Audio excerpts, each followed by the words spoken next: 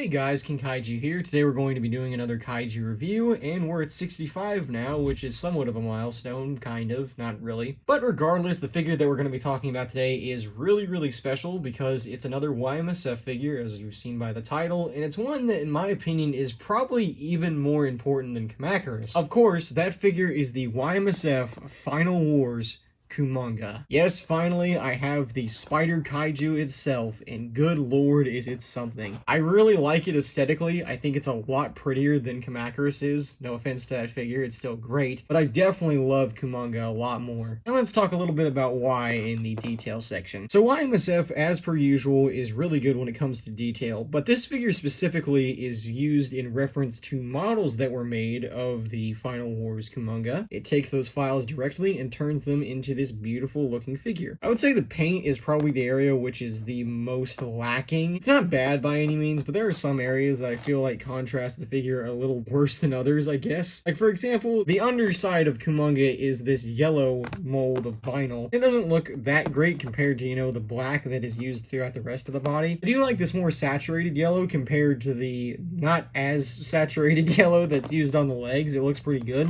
And I love the blue eyes that they used for this. It looks amazing.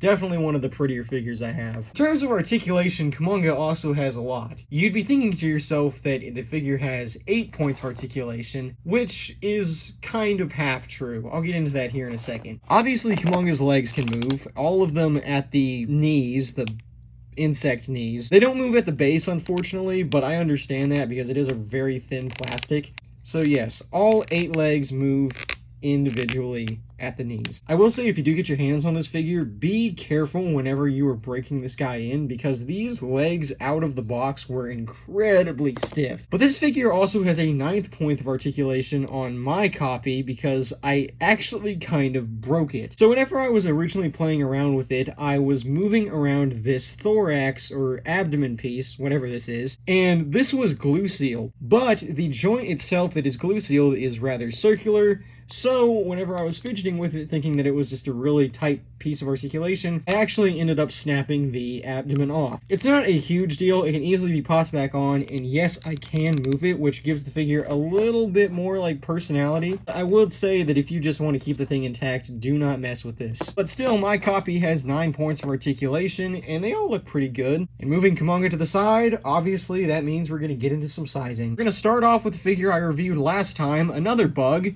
Batra. And Batra looks like a prey item here. Good lord. Kumonga looks huge compared to this little moth. Yeah, Batra would easily lose this fight. And I mentioned the figure earlier, so I might as well pull it out. It's the Y-MSF Kamacuras. Now, these guys do look pretty good next to each other. I would say, unlike the original Son of Godzilla movie, the Final Wars Kamacuras actually looks like it could put up a good fight against Kumonga here. I'm not sure who would win it by any means, because both of these guys are pretty mean and posing looking, but, still would be pretty fun to see. And in my Kamacuras review, I pulled out another figure, which I'm going to use again here for this review, and it is the Titanic Creations Scaraeus. After adjusting the camera a little bit, you can see the full scope of how big Scaraeus is compared to Kumonga, but they still look pretty good. I would say Scaraeus is probably like the overlord of all the insectoid kaiju, and Kumonga is one of his servants. And yes, for anyone wondering, I will probably do a review of him one day, and that is the Y-MSF Kumonga for you guys. I appreciate you guys for watching this video, and as you can clearly tell by my excitement throughout it, this figure is fantastic. It's a really good figure. It's definitely my favorite of the Y-MSFs that I own, even though if it's just, like 2 of them. But still, it looks fantastic. It has such a presence on my shelf. I'm really glad that I got it. Yes, it's rather expensive because Y-MSF just is, but still, I would say that if you can find this figure for a good price, please do yourself a favor and get it. Thank you all for watching this review,